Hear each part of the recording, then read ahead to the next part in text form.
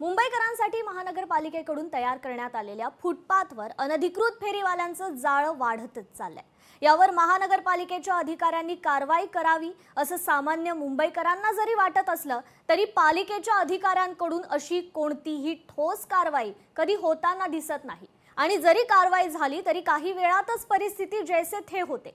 त्यामुळे मुंबईवर अनधिकृत फेरीवाल्यांचा विळखा कसा आवळत चाललाय हे लोकशाही मराठीच्या माध्यमातून आम्ही समोर आणत आहोत, पाहूयात।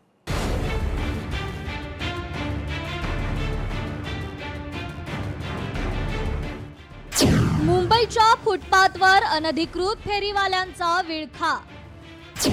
मुंबईकरांची मनपाकडून कारवाईची अपेक्षा। लोकशाही मराठीचा अनधिकृत फेरीवाल्यांविरुद्ध आवाज। मुंबईत अनधिकृत फेरीवाल्यांचा सुळसुळाट वाढतच चाललाय। मुंबईच्या कोणत्याही कानाकोपऱ्यात जा, जिथे रहदारी आहे तिथे अनधिकृत फेरीवाला तुम्हाला सापडेलच। जिथे मुंबईच्या फुटपाथवर शक्य होईल तिथे हे अनधिकृत फेरीवाले आपला व्यवसाय थाटत असतात। या अनधिकृत फेरीवाल्यांवर मुंबई महानगरपालिकेच्या अधिकाऱ्यांची कृपादृष्टी आहे का असा सवाल आता उपस्थित होतोय। कारण या अनधिकृत फेरीवाल्यांवर मुंबई महानगरपालिकेकडून ठोस कारवाई कधीही होताना दिसत नाहीये। त्यामुळे प्रवास करताना किंवा ऑफिसला जाताना सामान्य मुंबईकरांना नेहमीच नाहक त्रास होतोय। मुंबईतील मोक्याच्या ठिकाणी देखील फेरीवाल्यांचं जाळं पसरलंय। अगदी हार्ट ऑफ मुंबई असं समजल्या जाणाऱ्या दादर स्टेशन परिसर देखील अनधिकृत फेरीवाल्यांपासून सुटलेला नाहीये। गेली 15-20 वर्ष मी बघितलंय, ह्या वर्षी मला भरपूर गर्दी दिसते। यावेळेला पूर्वी 10 वर्षापूर्वी एवढी गर्दी नव्हती। आणि काय होतं, आम जनतेला इथे कोणी सहकार्य करत नाही। कारण पैसेवाले सगळे नगरसेवकापासून आमदार खासदारांपर्यंत सगळे लोक स्वतःच्या गाडी जातात येतात, पण आम जनतेला कोणी इथे मदत करत नाही। सगळे पाण्यासकट आणि आम जनतेला ते मुंबईत चालायला आणि ज्या गाड्या घेतात लोक, त्या गाड्या कुठेही कशा उभ्या करतात आणि जनतेला चालायला मिळत नाही। नेहमीच दादर परिसर हा अत्यंत वर्दळीचा भाग म्हणून ओळखला जातो। त्यातच अनधिकृत फेरीवाल्यांची गर्दी वाढतच चालली आहे। मुंबई महानगरपालिकेचे कर्मचारी इथे दररोज कारवाई केल्यासारखं दाखवतात, मात्र कारवाई केल्यानंतर काही वेळातच जे आहे ते पुन्हा एकदा तशीच परिस्थिती पाहायला मिळते। तर दादर प्रमाणेच क्रॉफर्ड मार्केट परिसरातही खरेदीसाठी मुंबईकरांची प्रचंड गर्दी असते।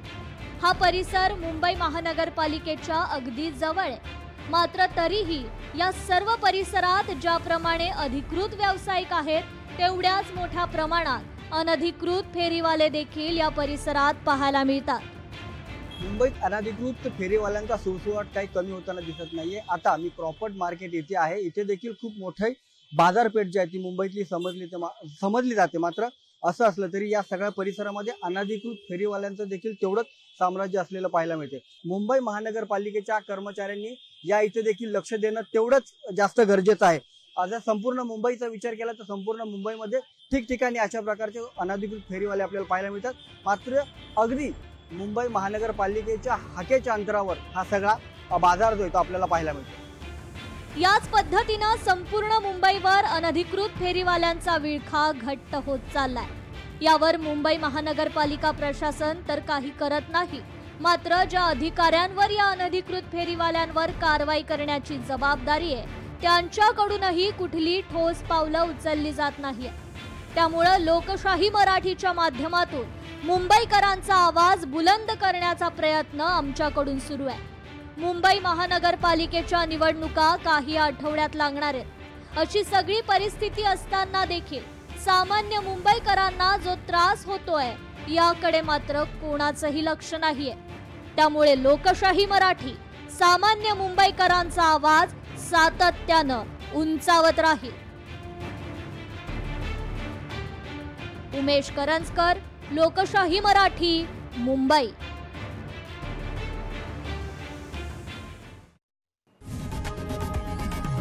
लोकशाही मराठी ऐका, पहा, जागरूक रहा।